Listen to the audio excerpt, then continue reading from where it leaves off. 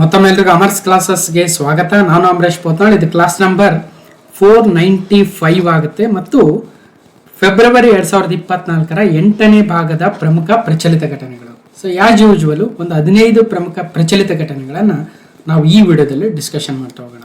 So ಏನೇನಿದೆ ಅಂದರೆ, ಒಂದು ಕಡೆ ಒಂದು ಮಿಲಿಟರಿ ಎಕ್ಸಸೈಸಸ್ ಇದೆ, ಮತ್ತೊಂದು ಸ್ವಾತಿ ಅಂತಕ್ಕಂಥ ಒಂದು ಪೋರ್ಟಲ್ ಇದೆ, ಮತ್ತೊಂದು ರಾವಿ ನದಿಗೆ ಒಂದು ಬ್ಯಾರೇಜನ್ನು ಕನ್ಸ್ಟ್ರಕ್ಟ್ ಮಾಡಿದ್ದಾರೆ. ಸೊ ಈ ಮೂರೇ ಎಲ್ಲ ಬದಲಾಗಿ ಬೇರೆ ಬೇರೆ ಕೂಡ ಇದಾವೆ, ಗೊತ್ತಿರುತ್ತೆ ನಿಮ್ಗೆ ಆಲ್ರೆಡಿ. ಮತ್ತು ಈಗ ಒಂದು ಕಡೆ KA ಎಕ್ಸಾಮ್ಸ್ ಅನೌನ್ಸ್ ಆಗ್ತಾ ಇದ್ದಾವೆ, ಮತ್ತೊಂದು ಕಡೆ KPSCದು ಕೂಡ ಸಾಕಷ್ಟು ಎಕ್ಸಾಮ್ಗಳು ಅನೌನ್ಸ್ ಆಗ್ತಾ ಇದ್ದಾವೆ. ಸೊ ಇವತ್ತು ನಮ್ಮ ಗ್ರಾಮೀಣ ಅಭಿವೃದ್ಧಿ ಮತ್ತು ಪಂಚಾಯತ್ ರಾಜ್ ಸಚಿವರಾಗಿರ್ತಕ್ಕಂಥ ಪ್ರಿಯಾಂಕ್ ಖರ್ಗೆಜಿ ಅವರು ಹೇಳ್ತಾ ಇದ್ದಾರೆ, ನಾವು 2000ಕ್ಕಿಂತಲೂ ಅಧಿಕ ಹುದ್ದೆಗಳನ್ನು ಕರಿತೀವಿ ಅಂತ ಒಂದು ಕಡೆ ಅಲ್ವಾ. ಸೊ ಮತ್ತೊಂದು ಕಡೆ PSI 402 ಇದೆ. ಹೀಗೆ ಸಾಕಷ್ಟು ಹುದ್ದೆಗಳ ಅನೌನ್ಸ್ಮೆಂಟ್ ಕೂಡ ಆಗ್ತಾ ಇದೆ. ಅದಕ್ಕೆ ನಾವು ಯಾವಾಗಲೂ ಪ್ರಿಪೇರ್ ಆಗಿರೋದು ಬೆಸ್ಟ್ ಅಲ್ವಾ. ಸೊ ಆದಷ್ಟು KPSC ಓದ್ತಾ ಇರ್ತಕ್ಕಂಥವ್ರು ನೀವು 2023 ಜನವರಿಯಿಂದಲೇ ಸ್ಟಾರ್ಟ್ ಮಾಡಿ ಕರೆಂಟ್ ಅಫೇರ್ಸು, 1-1.5 ವರ್ಷದ್ದು ಓದಿ. ಇಲ್ಲ ಸರ್ ನಾನು KA ಓದ್ತಾ ಇದ್ದೀನಿ ಅಂದರೆ ಆದಷ್ಟು KA ಎಕ್ಸಾಮ್ಸ್ಗೆ ಪ್ರಿಪೇರ್ ಆಗ್ತಾ ಇರ್ತಕ್ಕಂಥವ್ರು ಸ್ವಲ್ಪ ಲೇಟೆಸ್ಟ್ ಆಗಿರ್ತಕ್ಕಂಥವನ್ನ ಹೆಚ್ಚಿನ ಫೋಕಸ್ ಮಾಡಿ, ಮತ್ತು ಹಿಂದಿನಿಂದ ಬರಬೇಕು. ಇಷ್ಟೇ ಓದಿ ಅಷ್ಟೇ ಓದಿ ಅಂತ ಹೇಳಕ್ಕೆ ನಾವ್ಯಾರು ಅಲ್ವಾ. ಆದರೂ ಕೂಡ ಟ್ರೆಂಡ್ ನೋಡ್ತಾ ಇದ್ರೆ KA ಭಾಳ ಮೈನ್ಯೂಟ್ ಆಗಿ, ಮೊನ್ನೆ SC/ST ಕೋಚಿಂಗ್ ಇದು ಪೇಪರ್ ನೋಡ್ಬೋದು, ಅಥವಾ 545 ಪೇಪರ್ ನೋಡ್ಬೋದು. ಸೊ ಹಾಗಾಗಿ ಸ್ವಲ್ಪ ಟ್ರೆಂಡ್ ಗಮನಿಸ್ತಾ ಇರಬೇಕಾಗುತ್ತೆ. ನಾವು ಯಾವ ಎಕ್ಸಾಮಿಗೆ ರೆಡಿ ಆಗ್ತಾ ಇದೀವೋ ಅದಕ್ಕೆ ತಕ್ಕಂತೆ ನಮ್ಮ ಪ್ರಯತ್ನಗಳು ಕೂಡ ಇರಬೇಕಾಗುತ್ತೆ ಅಲ್ವಾ. ಅಷ್ಟು ಹೇಳ್ತಾ, ಮತ್ತು ಏನಾದರೂ ಇಶ್ಯೂಸ್ ಇದ್ದಾಗ ನಾನು ಹೇಳ್ತಾ ಇದ್ದೆ ಇಮೇಲ್ ಮಾಡಿ ಅಂತ ಅಲ್ವಾ. ಸೊ ಭಾಳ ಜನ ಇಮೇಲ್ ಮಾಡ್ತಾ ಇರ್ತೀರಿ. ಮೊನ್ನೆ ಒಬ್ರು ಮಾತಾಡ್ತಾ ಇದ್ದೆ, ಸರ್ ನಾನು BSc ಮಾಡಿದ್ದೀನಿ, ಬಟ್ MA ಮಾಡಿದ್ದೀನಿ ಆಮೇಲೆ ಹಿಸ್ಟ್ರಿಯಲ್ಲಿ, ನಂತರ ಹಿಸ್ಟ್ರಿ ಲೆಕ್ಚರರ್ ಆಗಬೇಕಂತ. ನೋಡಿ, ಈ ರೀತಿ ಆಗಿದ್ದಾಗ ಏನೇ ನಿಮಗೆ ಎಜುಕೇಷನ್ ರಿಲೇಟೆಡ್ ಇಶ್ಯೂ ಇದ್ದರೆ ಅಂಥವನ್ನ ಮೇಲ್ ಮಾಡಿ ತಿಳಿಸಿ. ನನ್ನ ಇಮೇಲ್ ID ಪ್ರತಿ ಸ್ಲೈಡಲ್ಲೂ ಇರುತ್ತೆ, ನೋಡ್ತೀರಾ ಇಲ್ಲಿ ಕೆಳಗಡೆ amaresh.pothnaal@gmail.com ಅಂತ. ಬಟ್ ಇಮೇಲ್ ಮಾಡಬೇಕಾದ್ರೆ ನಿಮ್ಮ ಫೋನ್ ನಂಬರನ್ನು ಕೂಡ ಹಾಕಿ. ನಾನು ಜನರಲ್ ಆಗಿದ್ದರೆ ಸೊ ಆ ಇಮೇಲ್ಗೆ ರಿಪ್ಲೈ ಮಾಡ್ತೀನಿ. ಇಲ್ಲ ಏನಾದರೂ ಸ್ಪೆಸಿಫಿಕ್ ಆಗಿ ನಾನೇ ಮಾತಾಡಬೇಕು ಅಂತ ಅನಿಸಿದ್ರೆ, ಅದು ರಿಕ್ವೈರ್ಮೆಂಟ್ ಇದ್ರೆ ಡೆಫಿನೆಟ್ಲಿ ನಾನೇ ಫೋನ್ ಮಾಡ್ತೀನಿ. ಬಟ್ ಆಮೇಲೆ ಫೋನ್ ನಂಬರ್ ಕಳಿಸಿ, ಮೇಲ್ ಕಳಿಸಿ, ಸರ್ ಇಷ್ಟು ದಿನ ಆಯಿತು ನೀವು ಮಾಡಲೇ ಇಲ್ಲ ಅಂತ ನನ್ನ ಇದು ಮಾಡಬಾರ್ದು. ಸೊ ಸಾಧ್ಯ ಆದರೆ ಮಾಡ್ತೀನಿ ಡೆಫಿನೆಟ್ಲಿ, ಫ್ರೀ ಟೈಮ್ ಮಾಡಿಕೊಂಡು ಅಂತ ಹೇಳ್ತಾ. ಸೊ ಭಾಳ ಜನಕ್ಕೆ ಭಾಳ ಇಶ್ಯೂಸ್ ಇರುತ್ತೆ. ಸೊ ಅವ್ರಿಗೆ ಸರಿಯಾದ ಗೈಡ್ಲೈನ್ಸ್ ಇರಲ್ಲ, ಯಾರನ್ನ ಕೇಳಬೇಕು ಅನ್ನೋ ಉದ್ದೇಶ ಇರುತ್ತೆ. ಮತ್ತು ನನ್ನ ಇಮೇಲ್ ID ಇರುತ್ತೆ, ಭಾಳ ಜನ ಫೋನ್ ನಂಬರ್ ಹುಡ್ಕಕ್ಕೆ ಹೋಗಿರ್ತೀರ. ಮೇಲ್ ಮಾಡಿದರೆ ನಾನೇ ಫೋನ್ ಮಾಡ್ತೀನಿ, ಮತ್ತು ನಿಮ್ಮ ಇಶ್ಯೂಸ್ ಏನಿದೆ ತಿಳಿಸಿ. ಸುಮ್ಮನೆ ಯಾವುದಾವುದಕ್ಕೂ ಮಾಡಬೇಡಿ, ಜೆನ್ಯೂನ್ ಆಗಿದ್ರೆ ಡೆಫಿನೆಟ್ಲಿ ನೀವು ಇಮೇಲ್ ಮಾಡಿ ಅಂತ ಹೇಳ್ತಾ. ಸೊ ನೋಡೋಣ ಏನಿದೆ ಫೆಬ್ರವರಿ 2024 8ನೇ ಭಾಗದ ಪ್ರಮುಖ ಪ್ರಚಲಿತ ಘಟನೆಗಳು. ಓಕೆ, ಸೊ ನಾನು ಅಮರೇಶ್ ಪೋತ್ನಾಳ್. ಅಮರ್ಸ್ ಕ್ಲಾಸಸ್ ಅಂತಕ್ಕಂಥ ಯೂಟ್ಯೂಬ್ ಚಾನಲ್ ಇದೆ ಮತ್ತು ಟೆಲಿಗ್ರಾಮ್ ಚಾನಲ್ ಕೂಡ ಇದೆ. ಸೊ ಯಾರು ಜಾಯ್ನ್ ಆಗಿಲ್ಲ ಜಾಯ್ನ್ ಆಗಿ. ಮತ್ತು ಇಲ್ಲಿ ಒಂದಷ್ಟು ಕಿರು ಪರಿಚಯ ಇದೆ. ಸೊ ಹೇಳ್ತಾ ಇದೆ, ಎಜುಕೇಷನಲ್ಲಿ ನಿಮ್ಗೇನೇ ಡೌಟ್ ಇದ್ದರೂ ಕೂಡ ಮೇಲ್ ಮಾಡಿ, ಅಥವಾ ಏನೇ ಸೊಲ್ಯೂಷನ್ ಬೇಕಿದ್ರು ಮೇಲ್ ಮಾಡಿ. ನನಗೆ ಗೊತ್ತಿದ್ರೆ ಹೇಳ್ತೀನಿ, ನಾನೇನು ಪ್ರವೀಣ ಅಲ್ಲ, ಎಲ್ಲದರಲ್ಲೂ ಇದ್ದಿದ್ರಲ್ಲಿ ಗೊತ್ತಿರ್ತಕ್ಕಂಥ ವಿಚಾರಗಳನ್ನು ಹೇಳ್ತೀನಿ. ಗೊತ್ತಿಲ್ಲ ಅಂದರೆ ಈ ಥರ ಮೂವ್ ಆಗಿ ಅಂತ ಡೈರೆಕ್ಷನ್ ಹೇಳ್ತಕ್ಕಂಥ ಒಂದಷ್ಟು ಅನುಭವ ನನಗಿದೆ ಅಂತ ಭಾವಿಸ್ತಾ, ಇನ್ನು ಸಬ್ಸ್ಕ್ರೈಬ್ ಆಗೋ ಮೂಲಕ ಸಪೋರ್ಟ್ ಮಾಡಿ, ಅಮರ್ಸ್ ಕ್ಲಾಸಸ್ಗೆ ಜಾಯ್ನ್ ಆಗೋ ಮೂಲಕ ಸಪೋರ್ಟ್ ಮಾಡಿ. ಮತ್ತು ಸೂಪರ್ ಥ್ಯಾಂಕ್ಸ್ ಅಮರ್ ಸರ್ಗೆ ಯಾರು ಜಾಯ್ನ್ ಆಗಿಲ್ಲ ಜಾಯ್ನ್ ಆಗಿ, ಅಥವಾ KS ಪ್ರಿಪೇರ್ ಆಗ್ತಾ ಇದ್ರೆ ಅಮರ್ಸ್ KS ಕ್ಲಾಸಸ್ಗೆ ಜಾಯ್ನ್ ಆಗೋ ಮೂಲಕ ನಮ್ಮ ಟೀಮ್ಗೆ ನಿಮ್ಮ ಸಹಕಾರವನ್ನು ನೀಡ್ತೀರ ಅಂತ ಭಾವಿಸ್ತಾ. ಯಾಕಂದರೆ ಎಲ್ಲ ವರ್ಕ್ಗೂ ಕೂಡ ತನ್ನದೇ ಆಗಿರ್ತಕ್ಕಂಥ ಎಫರ್ಟ್ ಬೇಕು. ಯಾವುದೇ ಫ್ರೀಯಾಗಿ ಯಾವುದೂ ಇಲ್ಲ ಇವತ್ತು ಜಗದಲ್ಲಿ. ಭಾಳ ಟಫ್ ಇದೆ, ಭಾಳ ಕಷ್ಟ ಇದೆ. ಸೊ ಅದಕ್ಕೆ ತಕ್ಕಂತೆ ಆ ಟೀಮ್ನ ಮೇಂಟೆನೆನ್ಸ್ಗೆ ನಿಮ್ಮ ಸಹಕಾರವನ್ನು ನೀಡ್ತೀರಾ ಅಂತ ಭಾವಿಸ್ತಾ, ಏನೇ ಇಶ್ಯೂ ಇದ್ದರೂ ಜಾಯ್ನಿಂಗಿಗೂ ಕೂಡ ನಿಮ್ಮ ಫೋನ್ ನಂಬರ್ ಮೂಲಕ ವಿತ್ ನಿಮ್ಮ ಇಶ್ಯೂ ಏನಿದೆ ಅಂತ ಇಮೇಲ್ ಮುಖಾಂತರ ತಿಳಿಸಿದರೆ ನಾವು ಫೋನ್ ಮಾಡಿ ಅದನ್ನು ಸಾಲ್ವ್ ಮಾಡ್ತಕ್ಕಂಥ ಪ್ರಯತ್ನವನ್ನು ಮಾಡ್ತೀವಿ ಅಂತ ಭಾವಿಸ್ತಾ. ಮತ್ತು ಕೆಲವೊಬ್ಬರಿಗೆ ಡೌಟ್ ಇರುತ್ತೆ ನಾವು ಯಾವ್ದು ತಗೋಬೇಕಂತ. ಸೊ ಮೇಲಿನ ಯೂಟ್ಯೂಬ್ ಸೆಟಪ್ ಹೆಂಗಿರುತ್ತೆ ಅಂದರೆ, ಮೇಲಿನ ಒಂದು ಆಪ್ಷನ್ ಅನ್ನು ತೆಗೆದುಕೊಂಡ್ರೆ ಕೆಳಗಡೆ ಇರ್ತಕ್ಕಂಥವೆಲ್ಲವೂ ಕೂಡ ಅವೈಲಬಲ್ ಆಗ್ತವೆ. ಅಂದರೆ ಅಮರ್ಸ್ ಕ್ಲಾಸಸ್ ತೊಗೊಂಡ್ರೆ ಸೊ ಅದು ಸೂಪರ್ ಥ್ಯಾಂಕ್ಸ್ ಅಮರ್ ಸರ್ಗೂ ಇರ್ತಕ್ಕಂಥ ವಿಡಿಯೋಸು ಕೂಡ ಲಭ್ಯ ಇರ್ತವೆ. ಆದರೆ ಸೂಪರ್ ಥ್ಯಾಂಕ್ಸ್ ಅಮರ್ ಸರ್ ತೊಗೊಂಡ್ರೆ ಅಮರ್ಸ್ KS ಕ್ಲಾಸಸ್ ವಿಡಿಯೋಸು ಲಭ್ಯ ಇರೋದಿಲ್ಲ. ಇಷ್ಟೇ ಇರೋದು ಫಾರ್ಮುಲಾ ಅಲ್ವಾ. ಸೊ ಇಷ್ಟು ಹೇಳ್ತಾ, ಇನ್ನು ಬೇರೆ ಬೇರೆ ವಿಡಿಯೋಸ್ ಇದ್ದಾವೆ ನೋಡಿ. ಈಗ ನೇರವಾಗಿ ನಾವು ಮೊದಲನೇ ಪ್ರಶ್ನೆಗೆ ಹೋಗೋಣ. ಏನಿದೆ ಪ್ರಶ್ನೆ? ಫೆಬ್ರವರಿ 2024 8ನೇ ಭಾಗದ ಪ್ರಮುಖ ಪ್ರಚಲಿತ ಘಟನೆಗಳ ಮೊದಲನೇ ಪ್ರಶ್ನೆ, question number 1.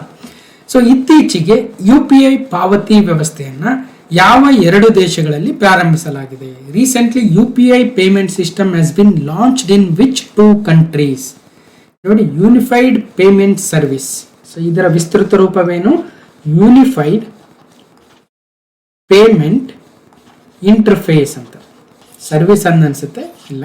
So unified payment interface ಅಂತ ಈ ಒಂದು ಪಾವತಿ ವ್ಯವಸ್ಥೆಯನ್ನು ಭಾರತ ಸರ್ಕಾರ ಸುಮಾರು 2016ರ ಸಂದರ್ಭದಲ್ಲಿ ತರುತ್ತೆ. ಅದರಲ್ಲೂ ಕೂಡ NPCI, national payments corporation of India ಅಂತ ಏನು NPCI ಇದೆ ಅಲ್ವಾ, ಈ ಸಂಸ್ಥೆ ಯೂನಿಫೈಡ್ ಪೇಮೆಂಟ್ಸ್ ಇಂಟರ್ಫೇಸ್ ಅನ್ನು ತರುತ್ತೆ. ಅದರ ಮೂಲಕ ಇವತ್ತು ನಾವೇನು phone pay, Google pay, Paytm ಎಲ್ಲ ಮಾಡ್ತಾ ಇದ್ದೀವಿ, ಸಾಧ್ಯ ಆಗಿದೆ. ಓಕೆ, ಅದಾದ ನಂತರ ಕೋವಿಡ್ ಸಂದರ್ಭದಲ್ಲಿ ಬಹಳಷ್ಟು ಯೂಸ್ಫುಲ್ ಆಯಿತು ಕೂಡ UPI, ಯಾಕಂದರೆ ಒಬ್ರನ್ನೊಬ್ರು ಮಾತಾಡ್ಸಂಗೂ ಇರಲಿಲ್ಲ, ಆ ಮಟ್ಟಕ್ಕೆ ಬಂದಿತ್ತು.